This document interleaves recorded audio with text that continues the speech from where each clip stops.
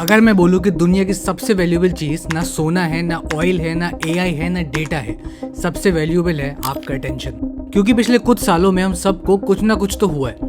Movie देखते हुए phone उठ जाता है, बुक पढ़ते हुए कंसंट्रेशन टूट जाता है, 5 मिनट लाइन में खड़े रहने से बोरिंग लगने लगता है, और अगर फोन दूसरे रूम में हो तो अजीब सी एंजाइटी होने लगती है। हम सब सोशल मीडिया, रील्स, इंस्टाग्राम को तो ब्लेम करते ही हैं, लेकिन जब मैंने इस टॉपिक पे और ह्यूमन साइकोलॉजी पे रिसर्च करना स्टार्ट करी तो सारी रोड्स मुझे एक ही जगह ले गई, कोकोमेलन। कोकोमेलन दुनिया का सबसे सक्सेसफुल कार्टून नहीं है, कोकोमेलन दुनिया का सबसे सक्सेसफुल अटेंशन एक्सपेरिमेंट है। देखने में तो ये बस एक बच्चों का कार्टून है, लेकिन जितना ज्यादा मैंने इस पर रिसर्च करी उतना ही मुझे रियलाइज हुआ कि ये स्टोरी सिर्फ कोकोमेलन की नहीं है, ये स्टोरी हम सब की है। आज की इस वीडियो में हम डिस्कस करेंगे कैसे कोकोमेलन कार्टून सिर्फ एक कार्टून नहीं है, छोटे बच्चों को मैनिपुलेट करके उनके ब्रेन्स को लिटरल ब्रेन रॉड बना रहा है। कैसे ये सेम कोकोमेलन वाला एक्सपेरिमेंट सारे सोशल मीडिया प्लेटफॉर्म हम सब पर काफी सक्सेसफुली बहुत सालों से ऑलरेडी कर रहे हैं, और कैसे तुम्हारा मेरा अटेंशन सारे बिलियन डॉलर कंपनीज की सबसे बड़ी करेंसी बन चुका है। तो इस वीडियो को लास्ट तक जरूर देखना, क्योंकि हो सकता है कि इस वीडियो के बाद तुम अपने फोन से जितना दूर हो सके उतना दूर रहना शुरू कर दोगे।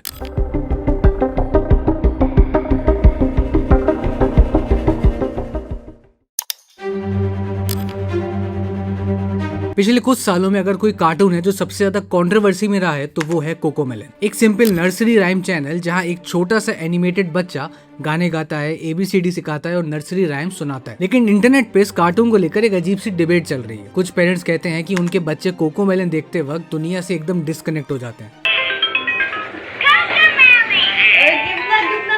और सिर्फ पेरेंट्स ही नहीं, साइकोलॉजिस्ट, चाइल्ड डेवलपमेंट एक्सपर्ट्स और हजारों क्रिएटर इस टॉपिक पे ऑलरेडी बहुत बात कर चुके हैं। ऑनेस्टली जब मैंने ये पहली बार सुना मुझे लगा लोग थोड़ा ओवर रिएक्ट कर रहे हैं, आखिर ये एक सिर्फ कार्टून ही तो है।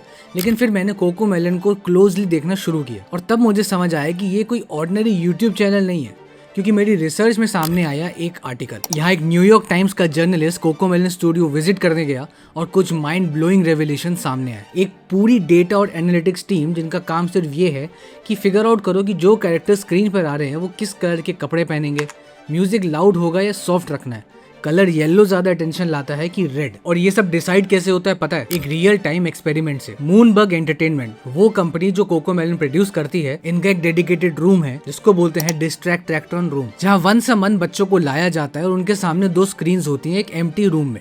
एक स्क्रीन पर प्ले होता है कोकोमेलन का वीडियो और दूसरी स्क्रीन पे नॉर्मल रियल वर्ल्ड का फुटेज, जैसे कि कोई किचन में काम कर रहा है या फिर कोई हेयर कट ले रहा है। और नोट्स बनाए जाते हैं कि कब बच्चे का ध्यान कोकोमेलन से डिस्ट्रैक्ट होकर दूसरी स्क्रीन पर गया, और जितने सेकंड्स के लिए डिस्ट्रैक्ट हुआ उतने सेकंड्स में क्या कमी थी, मूवमेंट कम था, कलर्स कम थे, या म्यूजिक स्लो था, या फिर कुछ और। तो बेसिकली कोकोमेलन जो क्लेम करता है कि वो क्वालिटी एजुकेशनल कंटेंट प्रोड्यूस करता है, वो एक्चुअली में तो बच्चों के अटेंशन ग्रैब्स करने का एक टूल है। साफ सीधे लॉजिक से एक डिजिटल ड्रग है जो बच्चों को एडिक्ट बना देता है, और एडिक्ट भी इस लेवल पर कि वो कोकोमेलन देखे बिना खाना तक नहीं खाते हैं। लेकिन सवाल यहाँ ये है कि बच्चे इससे देखना बंद क्यों नहीं कर पाते, और इसी सवाल का जवाब ढूंढते ढूंढते मैं एक बहुत बड़ी चीज तक पहुंच गया। क्योंकि जितना ज्यादा मैंने कोकोमेलन को समझने की कोशिश करी उतना ही मुझे रियलाइज हुआ प्रॉब्लम शायद कोकोमेलन है ही नहीं, प्रॉब्लम एक्चुअली उससे कई ज्यादा बड़ी है। अब तक मुझे सिर्फ एक ही सवाल परेशान कर रहा था, आखिर कोकोमेलन में ऐसा क्या है? क्योंकि कार्टून्स तो हम भी बचपन से देखते आ रहे हैं, Tom and Jerry, Doraemon, Shinchan, Oswald, Noddy. तो फिर कंट्रोवर्सी सिर्फ कोकोमेलन के साथ क्यों है? इसका आंसर ढूंढने के लिए मैंने कोकोमेलन के कुछ एपिसोड देखे और फिर मैंने उन्हें कंपेयर किया कार्टून्स के साथ जिसे देखकर हम बड़े हुए हैं। और ऑनेस्टली डिफरेंस सिर्फ स्टोरी का नहीं है, डिफरेंस था स्क्रीन के हर एक छोटे सेकंड पर। तो इसको जरा ब्रेक डाउन करके समझते हैं। फर्स्ट पॉइंट है द स्क्रीन नेवर रेस्ट्स। आप टॉम एंड जेरी या डोरेमोन का कोई भी सीन देखो, कभी टॉम भाग रहा है, कभी जेरी, कभी दोनों बात कर रहे हैं, लेकिन बीच में स्क्रीन को सांस लेने का टाइम मिलता है। ऑन दी अदर हैंड देखो कोकोमेलन को, स्क्रीन पे हर एक सेकंड कुछ ना कुछ मूवमेंट चल ही रहा होता है। अगर कैरेक्टर्स मूव नहीं कर रहे हैं तो कैमरा मूव कर रहा है, कुछ नहीं तो लाइट्स ब्लिंक हो रही हैं, कैरेक्टर्स के फेशियल एक्सप्रेशंस कंटिन्यूअसली चेंज हो रहे हैं। ऐसा लगता है कि स्क्रीन कभी भी रेस्ट नहीं ले रही है, हर सेकंड आपकी आंखों के लिए एक नई चीज। सेकंड है दी एडिटिंग, क्योंकि मूवमेंट ही सिर्फ डिफरेंस नहीं है, एडिटिंग भी कम्प्लीटली अलग है। पुराने कार्टून्स में एक शॉट काफी देर तक चलता था, कैरेक्टर्स बोलते थे, सीन कंटिन्यू होता था और फिर कट होता था। लेकिन कोकोमेलन में कभी जूम इन हो रहा है, कभी जूम आउट हो रहा है, कभी साइड एंगल आ जा रहा है, कभी दूसरा कैरेक्टर आ जा रहा है, कभी क्लोजअप हो रहा है, कभी वाइड शॉट हो रहा है। इंडस्ट्री के एक्सपर्ट्स ने नोट किया कि कोकोमेलन के सीन हर 1 से 3 सेकंड में चेंज होते हैं। Third point is every frame wants your attention.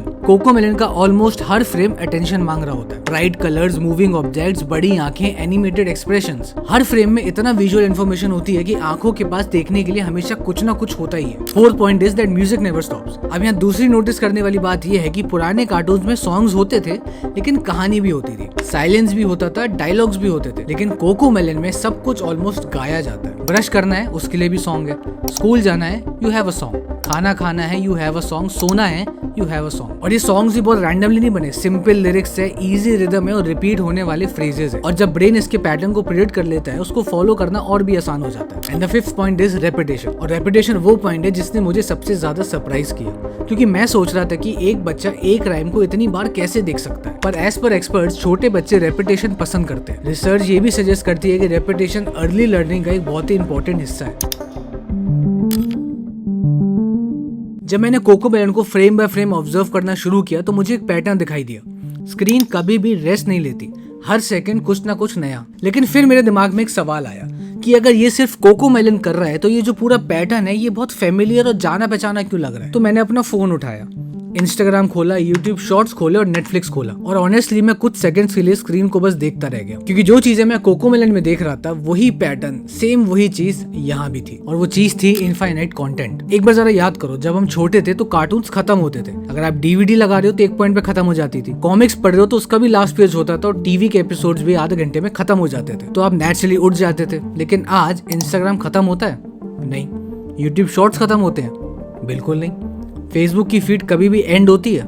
बिल्कुल भी नहीं। बस स्क्रोल और स्क्रोल और स्क्रोल। इसका मतलब ये नहीं है कि एप्स बुरी हैं, लेकिन एक बहुत बड़ा डिफरेंस जरूर है, क्योंकि इसमें द एंड नाम का कोई कॉन्सेप्ट नहीं है। और जब किसी एक्सपीरियंस की नेचुरली एंडिंग नहीं होती है ना, तो उसको छोड़ना भी नेचुरली मुश्किल हो जाता है, क्योंकि हर एक स्वाइप एक सरप्राइज है। पहला रील बोरिंग हो सकता है, दूसरा फनी हो सकता है, तीसरा यूजलेस हो सकता है, लेकिन चौथा शायद आपका best video of the day हो सकता है, जिसको अपने दोस्तों के साथ शेयर भी कर दोगे। और इसीलिए हम स्वाइप करते रहते हैं, क्योंकि हमें नहीं पता कि नेक्स्ट स्वाइप पे क्या आने वाला है। साइकोलॉजी में इस कॉन्सेप्ट को कहते हैं वेरिएबल रिवॉर्ड्स। सिंपल लैंग्वेज में जब रिवॉर्ड प्रेडिक्टेबल नहीं होता है ना, तो हम उससे और ज्यादा चेक करते हैं। इसी प्रिंसिपल को बिहेवियरल साइकोलॉजी में काफी टाइम से स्टडी भी किया जा रहा है। और आज कई डिजिटल प्रोडक्ट्स इसी अनप्रेडिक्टेबिलिटी को यूज करके एंगेजमेंट बढ़ाने की कोशिश कर रहे हैं। क्योंकि अगर इंस्टाग्राम की हर तीसरी रील अमेजिंग हो तो आप पहली 2 बोरिंग रील्स भी देख लोगे, सिर्फ इस उम्मीद में कि अगला वाला शायद इंटरेस्टिंग होने वाला है। अब जैसे कि इंस्टाग्राम बोलता है XYZ लाइक्ड योर पोस्ट, या यूट्यूब नोटिफिकेशन देता है कि न्यू वीडियो अपलोडेड, नेटफ्लिक्स का एपिसोड खत्म होते नीचे लिखा आता है next episode starts in 3, 2, 1। Spotify बोलता है कीप लिसनिंग, लिंक्डइन कहता है you appeared in 12 searches. Her app अलग लैंग्वेज यूज करता है, लेकिन सबका मैसेज एक ही होता है, प्लीज वापस आ जाओ। और ये कोई कोइंसिडेंस नहीं है,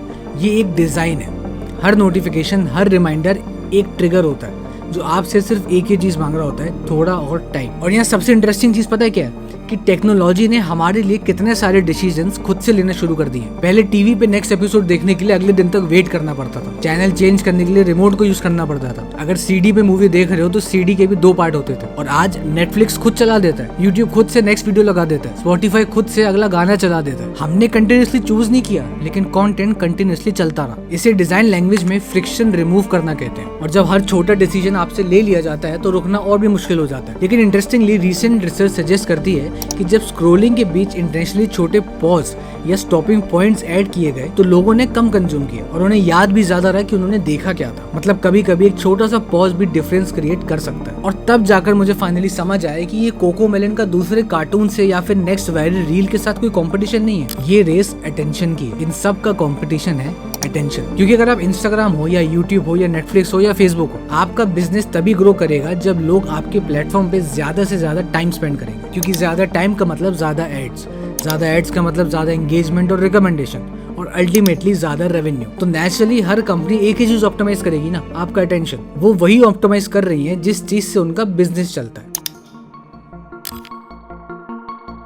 अब इस पॉइंट तक मुझे एक बात तो क्लियर हो चुकी थी कि कोकोमेलन कोई एक्सेप्शन नहीं था, वो सिर्फ एक एग्जाम्पल था। क्योंकि जितने पैटर्न्स मैंने कोकोमेलन में नोटिस करे वो सारे पैटर्न्स मुझे इंस्टाग्राम में भी दिखे, यूट्यूब शॉर्ट्स में भी दिखे, नेटफ्लिक्स में भी दिखे और लगभग हर मॉडर्न ऐप में। लेकिन अब एक नया सवाल, इस सबका ह्यूमन माइंड पर, आपके और मेरे दिमाग पर क्या असर पड़ रहा है। एक सिंपल सा एग्जाम्पल लेते हैं। मान लीजिए एक सिटी में 10 रेस्टोरेंट्स है, सबका खाना अच्छा है, सबका एम्बियंस अच्छा है, लेकिन हर रेस्टोरेंट एक ही चीज चाहता है कि कस्टमर थोड़ी देर और बैठे। कोई फ्री डेजर्ट देगा, कोई लाइव म्यूजिक चला देगा, कोई लॉयल्टी कार्ड देगा, कोई डिस्काउंट भी दे देगा, लेकिन ऑब्जेक्टिव सिर्फ एक ही है, कस्टमर थोड़ी देर और रुक जाए और फिर से वापस जरूर है। इंटरनेट भी कुछ ऐसा ही है। Instagram, YouTube, Netflix, Spotify, Facebook, सब कुछ सब एक ही चीज के लिए कम्पीट कर रहे हैं, आपका टाइम। क्योंकि अगर मैं आपसे पूछूं कि इंस्टाग्राम फ्री है, आप बोलोगे हाँ फ्री है, यूट्यूब वो भी फ्री है, फेसबुक वो भी फ्री है, तो आप यहाँ प्राइस पे क्या कर रहे हो? कभी सोचा है?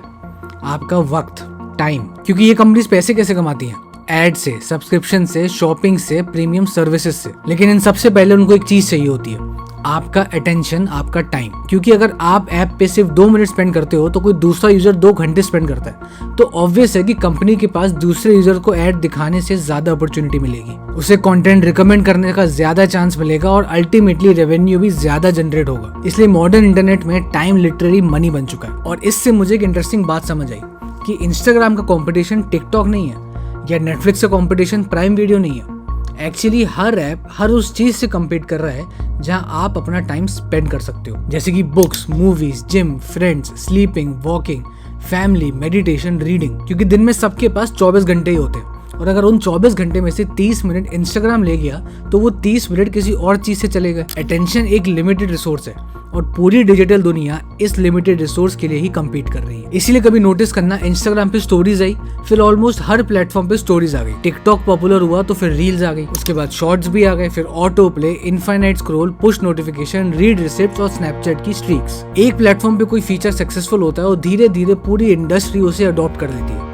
क्योंकि अगर फीचर लोगों को प्लेटफॉर्म पे थोड़ी देर और रोक सकता है तो बाकी कंपनीज भी उसे इग्नोर नहीं कर सकती है। ये सिर्फ कंपटीशन है, और कंपटीशन इनोवेशन भी लाता है, लेकिन साथ ही अटेंशन के लिए भी रेस को और इंटेंस बना देता है। और इस वीडियो का पॉइंट ये नहीं है कि इंस्टाग्राम ईविल है या नेटफ्लिक्स बुरी कंपनी है और यूट्यूब हम सबका जानबूझ के टाइम नुकसान करता है। I mean, ये वीडियो भी आप यूट्यूब पर ही देख रहे हो, क्योंकि रियलिटी काफी ज्यादा कॉम्प्लिकेटेड है। गूगल के एक former design employee Christian Harris का कहना है कि प्रॉब्लम टेक्नोलॉजी नहीं है बल्कि उसके इंसेंटिव्स है। अगर किसी प्लेटफॉर्म की सक्सेस इस बात पे डिपेंड करती है कि उस पर कितने लोग टाइम स्पेंड ज्यादा कर रहे हैं, तो नेचुरली वो प्लेटफॉर्म इसी चीज को ऑप्टिमाइज करेगा। और उस मोमेंट पे मुझे रियलाइज हुआ कि मैं कोकोमेलन को इन्वेस्टिगेट करते करते एक बहुत बड़ी इंडस्ट्री को समझने लग गया। एक ऐसी इंडस्ट्री जहाँ दुनिया की सबसे वैल्यूएबल कंपनीज हर दिन, हर सेकेंड सिर्फ एक ही चीज के लिए कम्पीट कर रही है, हम सबका अटेंशन। लेकिन अगर इतनी सारी कंपनीज हमारा अटेंशन कैप्चर करने के लिए बिलियंस ऑफ डॉलर इन्वेस्ट कर रही है, तो एक सवाल और भी बनता है, इस सब की वजह से हमारे दिमाग पे क्या इम्पैक्ट पड़ रहा है? और इस बात का जवाब शायद इस वीडियो का सबसे फैसिनेटिंग हिस्सा है। तो जब पूरी डिजिटल दुनिया आज हमारे अटेंशन के लिए कम्पीट कर रही है, तो सवाल ये आता है कि तुम्हारा दिमाग इसको कैसे हैंडल कर रहा है। क्योंकि इंटरनेट पे इस टॉपिक को लेके बहुत सारे हाफ ट्रूथ और मिथ्स भर के कंटेंट अवेलेबल है। इंस्टाग्राम डोपामिन रिलीज करता है, रील्स ब्रेन खराब कर देती है, फोन्स ने हमारा अटेंशन स्पैन डिस्ट्रॉय कर दिया। लेकिन सच क्या है, एक बार समझ लेते हैं। डोपामिन सबसे बड़ा मिसअंडरस्टैंडिंग। इंटरनेट पे डोपामिन का नाम इतनी बार यूज होता है जैसे हर प्रॉब्लम का रीजन वही हो, लेकिन न्यूरोसाइंस एक्चुअली थोड़ा डिफरेंट स्टोरी बताता है। बहुत सारे researchers including neuro scientist doctor Kent के अकॉर्डिंग डोपामिन सिर्फ एक प्लेजर केमिकल नहीं है। डोपामिन का रिलेशन मोटिवेशन, लर्निंग और रिवॉर्ड प्रेडिक्शन से भी होता है। सिंपल लैंग्वेज में ये सिर्फ ये नहीं बताता है कि आपको कोई चीज पसंद आई, it also helps in deciding कि आप इस चीज के पीछे दोबारा जाओगे या नहीं। इसीलिए कभी कभी ऐसा होता है कि आप इंस्टाग्राम खोलते हो, 10 मिनट स्क्रॉल करते हो, बंद कर देते हो और फिर खुद से पूछते हो कि मैंने फोन उठाया किस लिए था। शायद आप एंजॉय भी नहीं कर रहे थे, लेकिन हैबिट कंटिन्यू हो गई। दूसरी इंटरेस्टिंग बात यह है कि हमारा ब्रेन सिर्फ इन्फॉर्मेशन को कंज्यूम नहीं करता है, वो कॉन्स्टेंटली प्रिडिक्ट करता रहता है कि नेक्स्ट क्या होगा, अगला सीन क्या होगा, अगला मैसेज क्या होगा, अगला रील क्या होगा, अगला नोटिफिकेशन क्या होगा। एवोल्यूशन के टाइम पे ये सर्वाइवल के लिए जरूरी था। जंगल में अगर झाड़ी हिले तो ब्रेन तुरंत अलर्ट हो जाता था। हो सकता है हवा हो या हो सकता है कोई जानवर हो। और आज भी हमारा ब्रेन नए सिग्नल्स को इग्नोर नहीं करता है, बस डिफरेंस इतना है, पहले झाड़ थी, आज वो नोटिफिकेशन ब्लिंक बन गई है। इंस्टाग्राम पे हर एक स्वाइप एक नया एक्सपीरियंस होता है। ब्रेन को कभी एग्जैक्टली पता नहीं होता है कि आगे आने क्या वाला है, और इसी अनसर्टेनिटी की वजह से हम बस एक और स्वाइप कर लेते हैं। और यहाँ दूसरी हैबिट क्या है, एक रील देखी, बीच में व्हाट्सएप भी चला लिया, फिर कोई ईमेल आ गया, फिर इंस्टाग्राम पे वापस आ गए, या फिर यूट्यूब खोल लिया और फिर वापस इंस्टाग्राम पे आ गए। हमें लगता है कि हम मल्टीटास्किंग कर रहे हैं, लेकिन कॉग्निटिव साइकोलॉजी काफी टाइम से ये सजेस्ट करती है कि ब्रेन एक्चुअली एक साथ इतने कॉम्प्लेक्स टास्क एफिशिएंटली नहीं करता, वो रैपिडली स्विच करता है। और हर स्विच के साथ एक कॉस्ट कनेक्टेड होती है, जो कि होती है थोड़ा सा टाइम, थोड़ी सी मेंटल एनर्जी। इसलिए कभी कभी दिन भर बिजी रहने के बाद भी ऐसा लगता है कि कुछ प्रोडक्टिव ही नहीं किया यार आज तो, क्योंकि आज बोर्डम के पास कॉम्पिटिशन आ गया। हर खाली सेकेंड एक स्क्रीन फिल कर सकती है, एक नोटिफिकेशन, एक रील, एक शॉट, एक पोस्ट, और धीरे धीरे करके हमारे आइडल मूवमेंट्स खत्म होने लग गए। और इंटरेस्टिंग बात यह है कि साइकोलॉजिस्ट काफी टाइम से माइंड वॉन्डरिंग को क्रिएटिविटी, प्लानिंग और सेल्फ रिफ्लेक्शन से भी रिलेट करते आए हैं। कभी कभी कुछ ना करना भी ब्रेन के लिए यूजफुल होता है। कभी नोटिस करना कि आप रील तो 40 मिनट 1 घंटे भी देख लेते हो, लेकिन बुक के लिए 10 पेजेस पढ़ने में बहुत स्ट्रगल करना पड़ता है। प्रॉब्लम बुक्स नहीं है, डिफरेंस है एक्सपीरियंस का, क्योंकि बुक आपसे सस्टेन्ड अटेंशन मांगती है। एक पेज, एक पैराग्राफ, एक थॉट, कोई ऑटो प्ले नहीं होता, कोई नोटिफिकेशन नहीं, कोई फ्लैशी एनिमेशन नहीं, बस आप और एक आइडिया। और इसीलिए रीडिंग एक कंप्लीटली डिफरेंट कॉग्निटिव एक्सरसाइज बन जाती है एज कम्पेयर टू स्क्रोलिंग। और इस चैप्टर का सबसे इंपॉर्टेंट पार्ट यही है। प्रॉब्लम ये नहीं है कि हमारा ब्रेन वीक हो गया, प्रॉब्लम ये है कि टेक्नोलॉजी इवल हो गई है। रियलिटी शायद उससे ज्यादा इंटरेस्टिंग है, क्योंकि इससे में पहली बार ह्यूमन अटेंशन के लिए कंपटीशन सिर्फ दूसरे ह्यूमन से नहीं हो रहा है। इस रेस में दुनिया की कुछ सबसे बड़ी कंपनीज हैं, हजारों engineers, behavioural scientist, AI systems, machine learning, कि कौन सा कलर, कौन सा नोटिफिकेशन, कौन सा रिकमेंडेशन, कौन सा बटन आपको स्क्रीन पे थोड़ी देर और रोक सकता है। और जब इतनी इंटेलिजेंट सिस्टम्स एक ही ऑब्जेक्टिव के साथ कंटिन्यूसली इंप्रूव कर रही हो, तो सिर्फ विल पावर पे डिपेंड करना शायद रियलिस्टिक एक्सपेक्टेशन नहीं है। और शायद इस वीडियो का सबसे बिगेस्ट टेक अवे यही है। इशू ये नहीं है कि हम वीक है, इशू ये है कि हम एक ऐसी रेस में पार्टिसिपेट कर रहे हैं जिसके रूल्स हमें बताए भी नहीं गए हैं। लेकिन अगर प्रॉब्लम को समझ लिया जाए तो शायद उसका सोल्यूशन ढूंढना भी बहुत आसान है। और इसीलिए इस वीडियो का लास्ट चैप्टर सिर्फ प्रॉब्लम के बारे में नहीं होगा, उसके सोल्यूशन के बारे में होगा। जब मैंने इस वीडियो की शुरुआत की तो मुझे लगा था कि मैं कोकोमेलन को एक्सपोज करने वाला हूँ, एक ऐसा कार्टून जिसने बच्चों का अटेंशन कैप्चर कर दिया। लेकिन जितनी ज्यादा रिसर्च मैंने करी, उतना ही मुझे रियलाइज हुआ कि कोकोमेलन स्टोरी का विलेन नहीं है, वो सिर्फ एक सिम्टम है। एक सिम्टम एक बहुत बड़ी प्रॉब्लम का। एक सिंपल से एग्जांपल, अगर मैं आपको एक नाइफ दूं तो उससे आप सब्जी काट सकते हो और किसी को हर्ट भी कर सकते हो। नाइफ खुद अच्छा या बुरा नहीं होता है, उसका यूज डिसाइड करता है कि उसका आउटकम क्या होगा। टेक्नोलॉजी भी कुछ ऐसी है। इंस्टाग्राम पे आप रील्स भी देख सकते हो या दुनिया के सबसे बेस्ट एजुकेटर को फॉलो कर सकते हो। यूट्यूब पे आप 3 घंटे शॉर्ट्स देख सकते हो या फिर फ्री में हार्वर्ड के लेक्चर्स पढ़ सकते हो, प्रोग्रामिंग सीख सकते हो, हिस्ट्री पढ़ सकते हो, फाइनेंस देख सकते हो, बिजनेस सीख सकते हो, सब कुछ सीख सकते हो, क्योंकि प्लेटफॉर्म सेम है। डिफरेंस है कि हम उसे यूज कैसे करते हैं। तो फिर प्रॉब्लम क्या है? मेरे हिसाब से प्रॉब्लम टेक्नोलॉजी नहीं है, प्रॉब्लम है अनकॉन्शियस कंजम्पशन। वो मोमेंट जब आप फोन सिर्फ टाइम देखने के लिए उठाते हो और 25 मिनट बाद रियलाइज होता है कि आप इंस्टाग्राम पे हो। वो मोमेंट जब नेटफ्लिक्स पे आप सिर्फ एक एपिसोड देखने जाते हो और ऑटो प्ले की वजह से पूरा सीजन खत्म कर देते हो। और ये सारी बातें तो हम एडल्ट्स की हैं, लेकिन यहाँ डिफरेंस पता है कहाँ आता है? जब बात होती है बच्चों की, क्योंकि एक एडल्ट का और 3 साल के बच्चे का सेल्फ कंट्रोल सेम नहीं होता। चिल्ड्रन साइकोलॉजिस्ट और पीडियाट्रिक ऑर्गेनाइजेशन भी ये रिकमेंड करती हैं कि बच्चों को स्क्रीन देने की एक पर्टिकुलर एज होनी चाहिए और उसको रेगुलेट किया जाना चाहिए। इसलिए नहीं कि स्क्रीन इनहेरेंटली बुरी चीज है, बल्कि इसलिए क्योंकि उनका ब्रेन अभी डेवलप हो रहा है। और उसी वजह से पेरेंट्स का रोल बहुत ज्यादा इंपॉर्टेंट है, क्योंकि मैकेनिज्म सेम है, बस कंटेंट अलग है। एक बच्चा कोकोमेलन देख रहा है, एक टीनेजर इंस्टाग्राम पे रील्स देख रहा है, एक ऑफिस एम्प्लॉय लिंक्डइन पे टाइम स्पेंड कर रहा है। Different screens but same brain. इस वीडियो के बाद मैं आपसे ये एक्सपेक्ट नहीं करता कि आप इंस्टाग्राम डिलीट कर दोगे या यूट्यूब अनइंस्टॉल कर दोगे। मैं खुद भी नहीं करने वाला, क्योंकि प्रॉब्लम एप्स में नहीं है। प्रॉब्लम तब शुरू होती है जब हम उन्हें बिना सोचे समझे यूज करते हैं। क्योंकि साइकोलॉजी में एक इंटरेस्टिंग ऑब्जर्वेशन है, सिर्फ अपनी हैबिट्स को नोटिस करना कई बार बिहेवियरल चेंज का सबसे पहला स्टेप बन जाता है। अवेयरनेस खुद का एक इंटरवेंशन बन जाता है।